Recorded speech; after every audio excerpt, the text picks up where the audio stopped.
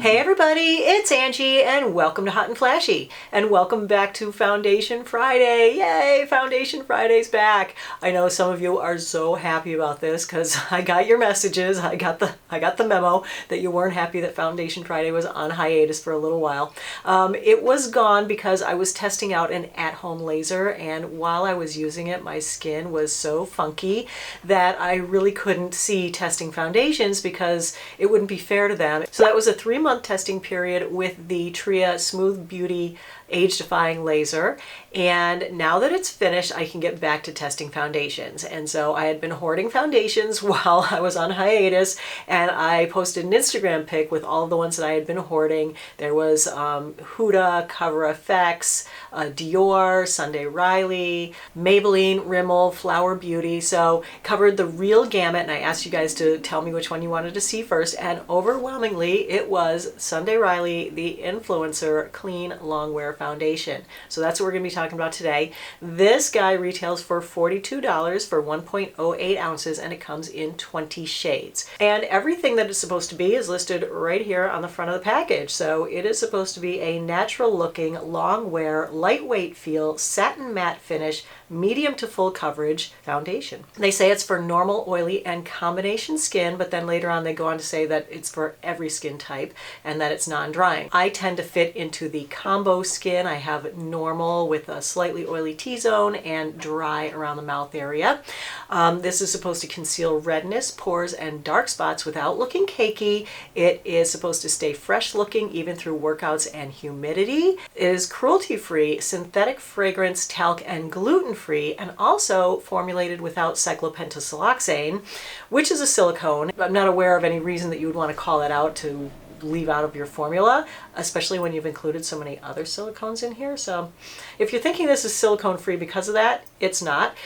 This is formulated with water and lots of silicones. There's like 6 of the first 7 ingredients are silicones. It comes in a plastic tube and it has a pump dispenser. Let's take a look at the swatches. The darker one is shade 170, which is what I'm wearing today. The lighter one is shade 160. I have 3 days of footage to show you, plus you can see what it looks like today. So let's get into the first day. So the sunscreen for day 1 was Make Prem UV Defense Me. This is the winner in this year's all mineral sunscreen testing video, which I'll put the link to it right up here if you guys want to take a look at that to find a great sunscreen that works great under makeup as well. I didn't use any primer. I used a sponge to apply on one side of my face, and I used a Morphe flat top brush from the 502 collection on the other side. While I was putting this on both sides, I was thinking the same thing. Wait a minute, this is supposed to be a medium to full coverage matte foundation.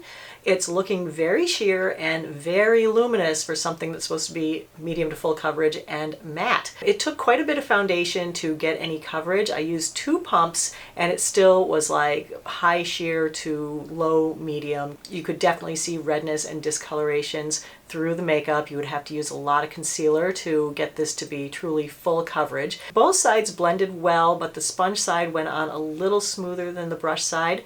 It is supposed to be smoothing to pores, but the luminosity just makes my skin look more textured and accentuated pores. In the time it took to put on the rest of my makeup, it had started to look shiny and I looked a little bit sweaty. It still felt tacky and not set. It was coming off on my fingers every time I touched my face. And it had also started to settle into the wrinkles on my forehead.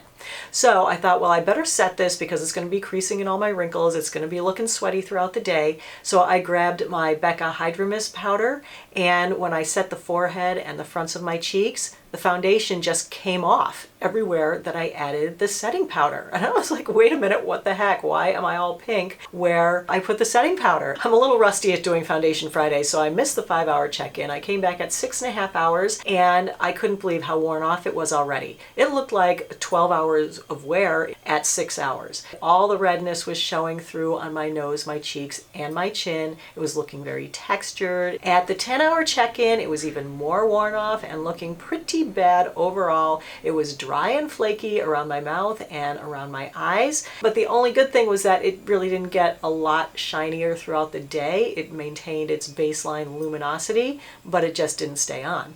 All right, so for the second day, I thought, well, let me throw some primers at this to see if I can get it to stay on longer. So I used a different sunscreen. I used a Tude House Sunprise sunscreen that day. I used Ren Perfect Canvas Primer on one side of my face and Hourglass Primer on the other. I switched to the sample that I had picked up of the color 160 and I applied it with my fingers. Oh my God, it was a hot mess, you guys. This was so awful. It would not blend with the fingers. It just sat on top of my skin. It was streaky, it was smeary, it was patchy. So I went ahead and tried to build it up using a blending sponge and trying to correct everything that had gone wrong with the fingers. And that seemed to help it at least to blend better, but it didn't really help with the polka dot pores. And it was still too shiny and luminous for me, so I decided that I wanted to try setting it with powder. But I thought, well, maybe it was that Becca powder, who knows. Let me try my tried and true It Cosmetics Bye Bye Pores HD powder and see what happens if I can set it. And again, if the foundation didn't disappear everywhere that I put the setting powder. It had settled into all my forehead wrinkles on both sides with both primers. This stuff just does not work with other products. It didn't work with either primer. It didn't work with either setting powder. So at the 5-hour check-in, it was very, very worn off. It looked like 12 or 15-hour makeup from any other brand. And it was especially worn off where I had put the setting powder. It looked patchy and red, and my pores were still polka dotty. And at 10 hours, it wasn't any better, but it had stayed damp and not set all day, so it was coming off of my fingers, it was coming off of my clothes, it was on my sunglasses, just anything that touched it, it just came off everywhere.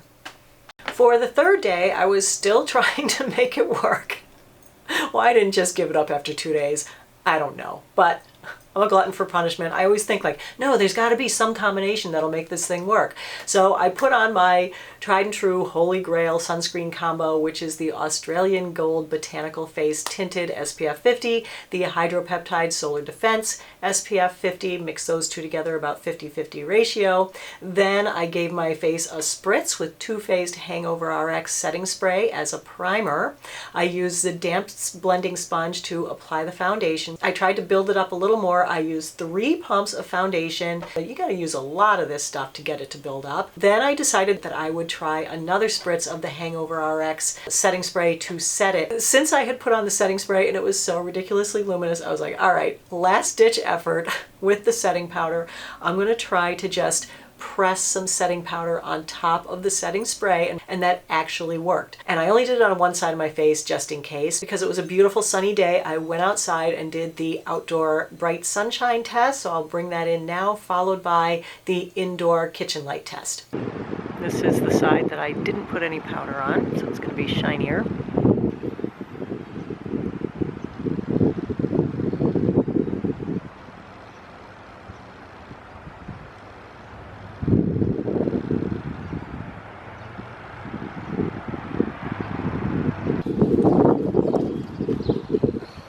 So this is the powdered side, this is the not powdered side.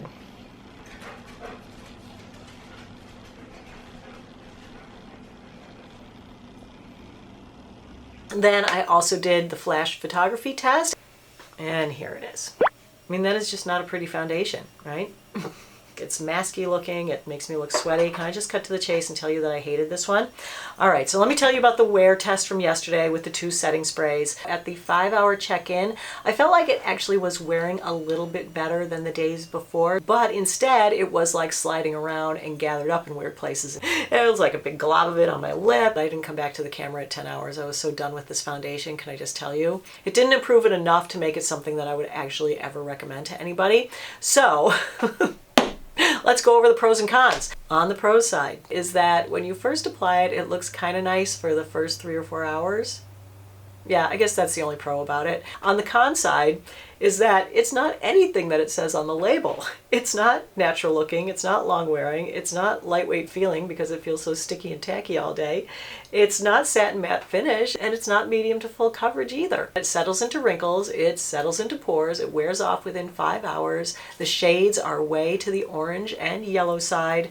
It does not play well with other makeup. You can't improve it with primer, you can't improve it with setting powder. You basically just can't improve it It is just plain old not good on my 55-year-old combo skin. So the verdict on the Sunday Riley the influencer. Well, this influencer wants to influence you not to waste your money on it. So let's talk about what are always my favorites that always look good no matter what. Tops of the tops on my list is the Chanel Perfection Lumiere Velvet. That one is a beautiful foundation, stays on all day. You can put it on with your fingers, doesn't need other makeup to make it work, but yet it works well with other makeup.